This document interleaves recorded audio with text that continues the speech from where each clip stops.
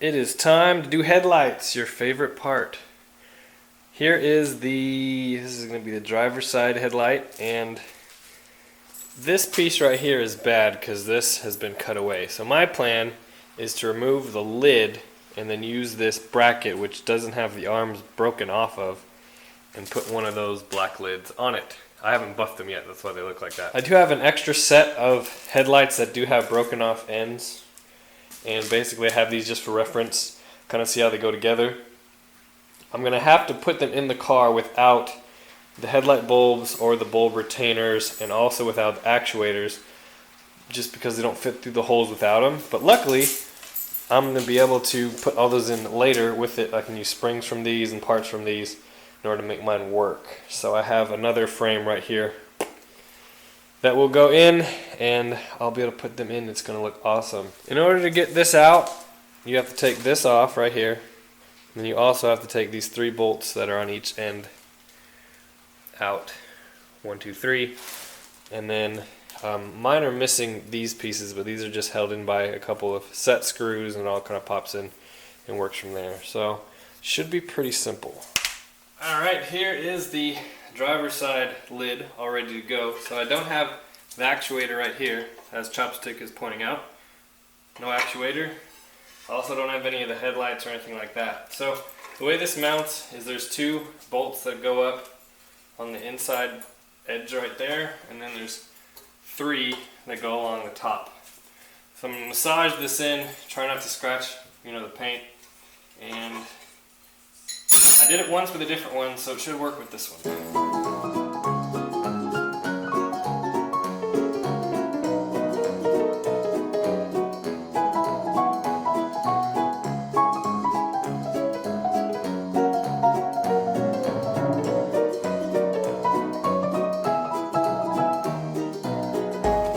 They're in. Now I gotta put the bolts in somehow. Noodle right here will help me.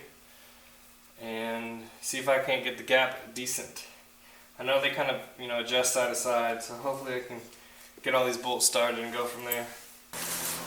Before I put the bulbs in and all that kind of stuff on these headlights, I need to vacuum test this vacuum bar that goes from one end to the other. So that's basically a vacuum reservoir to work the headlights. So what I've done is there's 2, I'm going to see if you can see this. There are 2 ports, and I've basically just looped the hose onto itself, so that will hold vacuum. And then there's the one main source for the vacuum right there. I will plug a vacuum pump onto it and see if it holds vacuum. And that's the best way I know how to test it. There's no point in fixing all the rest of the headlights if the vacuum bar doesn't hold vacuum. I haven't seen it personally, but I've heard that it's a problem. It can be a problem. So I have my hand pump attached to the hose that goes to the vacuum bar in the middle. We're going to pump this up, and it takes a little bit to get it to hold a bunch of vacuum, and it's a big space.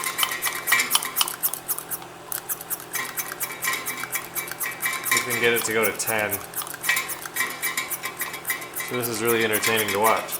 Alright, well that's 9, that's good enough. So we can see that it holds vacuum, and that's the important part. If I let a little bit of the vacuum out, you can hear it dropping. Another thing is I can unplug this pump from the line, and you can hear it hissing. So that's a good test for that. I was satisfied that that's working the way it's supposed to. So time to move on to the actuators. These right here are examples of actuators that you would find on these C2 Corvettes. So basically, vacuum is applied to one side, makes the headlight go in. Vacuum is switched and applied to the other side, makes the headlight go up. So let's see. Look at that. That one probably won't hold vacuum very well. What do you think? If we stick this end in here, let's see what happens. Alright, do you see how this is starting to open? This is how you test if an actuator is good or not. You can do this on the car, you can do it off the car, it doesn't matter.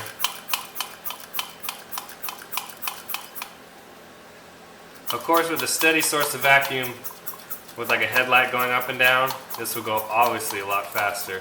But what you don't want to see is you don't want to see any part where it hesitates. If you keep going like this and it suddenly stops in the middle halfway through, then you know you have an issue with your seal. So that's all the way up. So we at least know that it works well all the way up. So now we can take this hose, stick it on the end of this actuator, put our vacuum hose in there, like that. Let's see if it closes. There we go.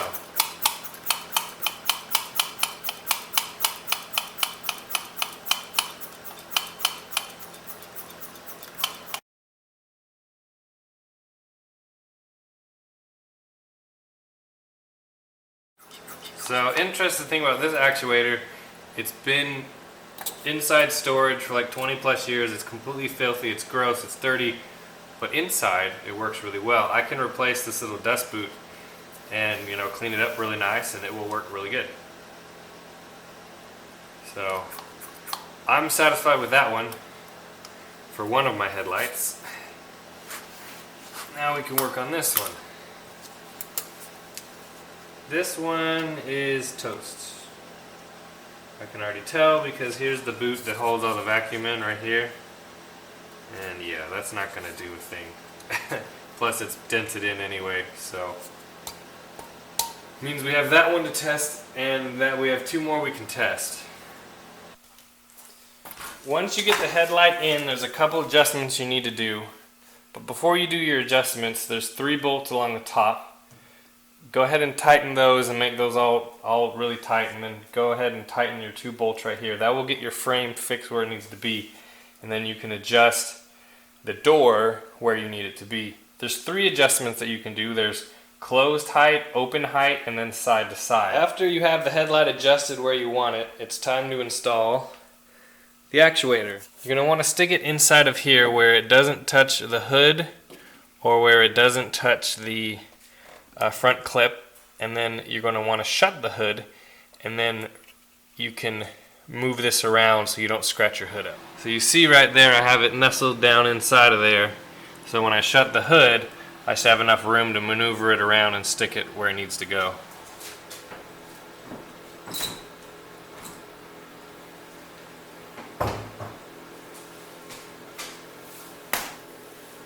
The actuator actually comes out right there in the very, very back of the headlight assembly, and then it attaches, oh my hand, and it attaches right here.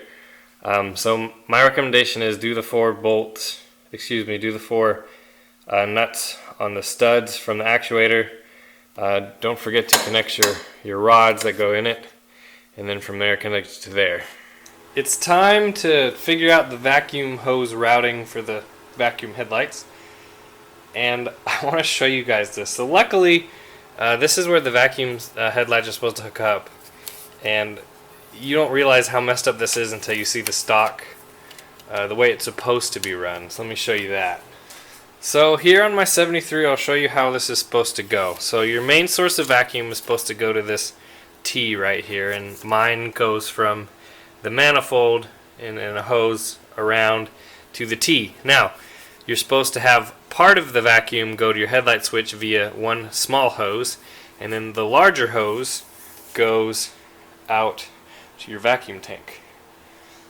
And the hose that goes to the headlight switch comes back through the switch back out to this T, and then this runs all the way to your relays. So we have a vacuum source that goes through this to back this, and then we have this line, I don't know which one it is, going into the car, but then this one, who knows where the heck that even goes and what it even connects to. And then we have a T for nothing, and then we have this this line that's coming out from the headlight switch going back into the same part where all the vacuum's coming from anyway. I mean, it's just a big mess, basically, and I'm going to have to sort it all out. But luckily, it won't be too bad, considering I have mine to look at. So, not too bad.